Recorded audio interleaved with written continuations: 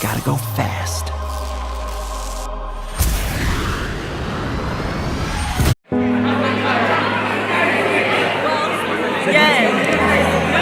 Right, everyone looking forward, please. Good morning, Year 11s. Today's assembly is about the start of the journey, the start of the rest of your lives. In 2 years' time, all of you will have been finishing your A-levels. In 3 years' time, you'll be studying across the world, studying at the university of your choice. In 5 years' time, you'll have started your careers. Many of you will be in this room working for the top institutions across the globe. You will then get married. You then may buy a house. In 10 years' time, your life will be set for you. In 15 years, you'll be 30. And from then on, your path in your life will be set.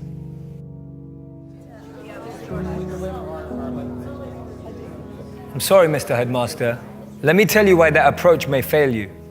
I know people who graduated at 21 and didn't get a job till they were 27. I know people who graduated late at 25 and they found work immediately.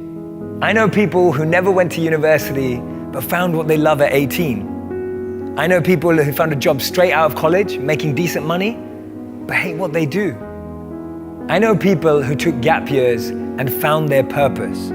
I know people who were so sure about what they were going to do at 16 and changed their mind at 26. I know people who have children but are single. And I know people who are married but have had to wait 8 to 10 years to have children. I know people in relationships who love someone else. I know people who love each other but aren't together. So my point is, everything in life happens according to our time, our clock. You may look at some of your friends and think that they're ahead of you, or maybe some of them you feel are behind. But everything happens at their own pace. They have their own time and clock, and so do you. Be patient. At age 25, Mark Cuban was a bartender in Dallas. It took till 32 for J.K. Rowling to be published for Harry Potter after being rejected by 12 publishers. Ortega launched Zara when he was 39. Jack Ma started Alibaba when he was 35. Morgan Freeman got his big break at 52. Steve Carell only got his break after 40 years old. Virgin was started by Richard Branson at 34. Getting your degree after 25 is still an achievement. Not being married at 30 but still happy is beautiful. Starting a family after 35 is still possible. And buying a house after 40 is still great. Don't let anyone rush you with their timelines. Because as Einstein said, not everything that counts can be counted, and not everything that's counted truly counts. And this is the most important thing. I want you to be able to create meaningful, purposeful, fulfilling lives for yourselves, and learn how to use that to make an impact and a difference in the lives of others. That will be true success.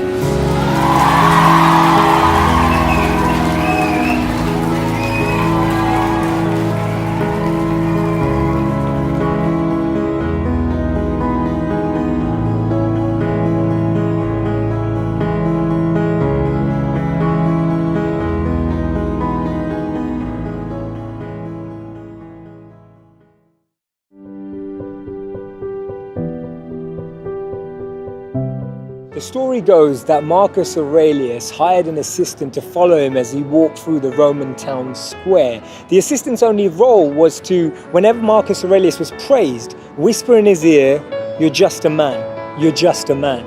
They say two things define us: our patience when we have nothing, and our humility when we have everything. You know, the greatest thinkers on the planet believe that they're perpetual learners, perpetual students of reality and of life. And it was actually Maya Angelou who said that actually I've learned that I still have a lot to learn. The person that we will become in 5 years is defined by the people that we spend time with today and the books that we read today. That's why who we associate with, who we spend time with, who we absorb our energy with will really define what's on our mind. And often what limits our learning is that we believe we already know. We believe that we already have knowledge. We already believe that we have the answer. But actually opening up ourselves to learn from the people around us, selectively choosing people who can be guides and wise advisors. We often find that this feeling of knowing makes us actually judge others and criticize others. And that's why we see that judging is critical, but observing can be educational. And therefore, we should be so focused on improving ourselves that we don't have any energy to criticize anyone else. And when we're focusing on improving ourselves, we'll surround ourselves by people who challenge the way we think, who question the way we behave. And that's why if you're looking around and you find yourself being the smartest person in the room, change rooms, you're in the wrong one. You want to be around people who lift up the way you think, who lift up your mindset, who really take you to new dimensions and horizons that you could never ever imagine yourself. I believe that we should never let compliments get to our head and never let criticism get to our heart, because when we do that, we can start to build with genuineness and authenticity. When we're humble, we can actually grow and rise up and always feel that we're learning, always feel that we're developing, always feel that someone can share insight at any moment that can change our lives. Have you ever found it that similar situations keep coming into your life and actually nothing ever goes away until it teaches you what you needed to learn? So when we don't extrapolate lessons from situations, we have to take that test again. We almost have to learn that lesson again, and therefore simultaneous or repetitive situations keep approaching us in our lives.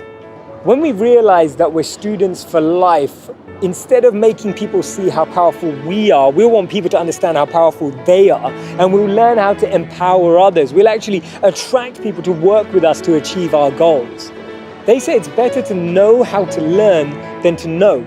Because when we know how to learn, it becomes a habit, it becomes part of our mindset, it becomes a part of the way that we daily navigate life. We're trying to draw lessons from every person, every situation, every interaction, every moment that can actually teach us something about ourselves, teach us something about society, teach us something about our world, teach us something about how we can interact with that space.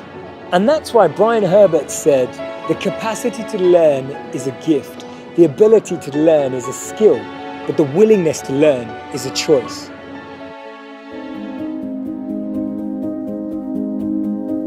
Monk life is ultimately training in self-actualization and self-awareness.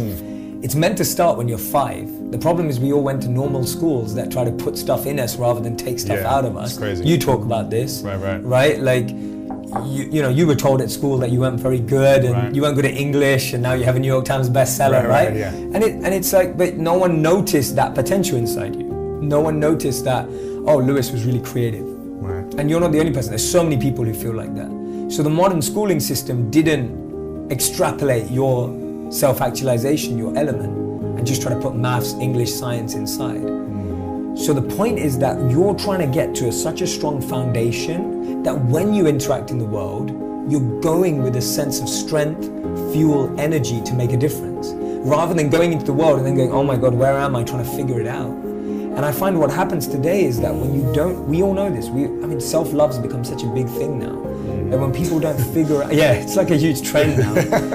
But my point is that if you don't start at a place where you have self-awareness, self-actualization, you have figured out what works for you, what your strengths are, how you want to be in an environment, when you walk out there, most of us just pretend to be someone else. Most of us get lost. Most of us get carried away. So my point is, strengthen yourself, grow yourself, and then of course interact with the world. So we had that. And that's what I noticed when I lived as a monk, that people were so far removed from their own understanding of themselves that they were either lost living a life they didn't want to, lost living up to someone else's expectations, or lost becoming someone to impress someone else. And so people were their real identity is almost buried under 6 feet of multiple identities they've created. And that's what I started to notice. We have a social media identity, we have a LinkedIn identity, we have a Twitter identity, we have a Facebook identity. Then we have an identity we are to our boss. Then we have an identity we are with our Friday night friends. Then we have an identity we are to our Sunday people. And we just created all of these identities. And if you ask people, who are you? We struggle to answer that question. And so as a monk, you're just taught to dig deeper beyond all those identities and kind of, again, bring out yourself rather than define yourself. So that was what I noticed. I just started to notice that people had a big lack of self-actualization. They were very disconnected from what they wanted, needed, and understood about themselves. And most people's identities were crafted by the reflection in this mirror of their mom, dad, friends, boss, partner, whatever. Right.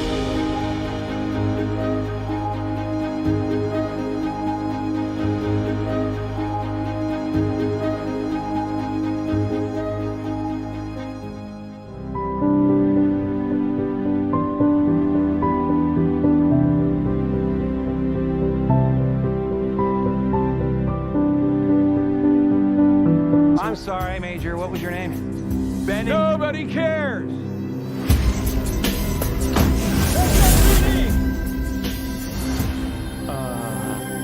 Meow. Oh, come on. Okay, pal. I want to basically look like a senior plan.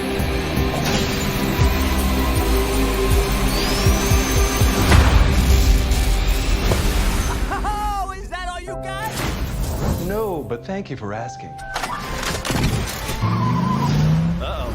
Whatever this creature is, our job is to secure it, neutralize it, see what makes it tick.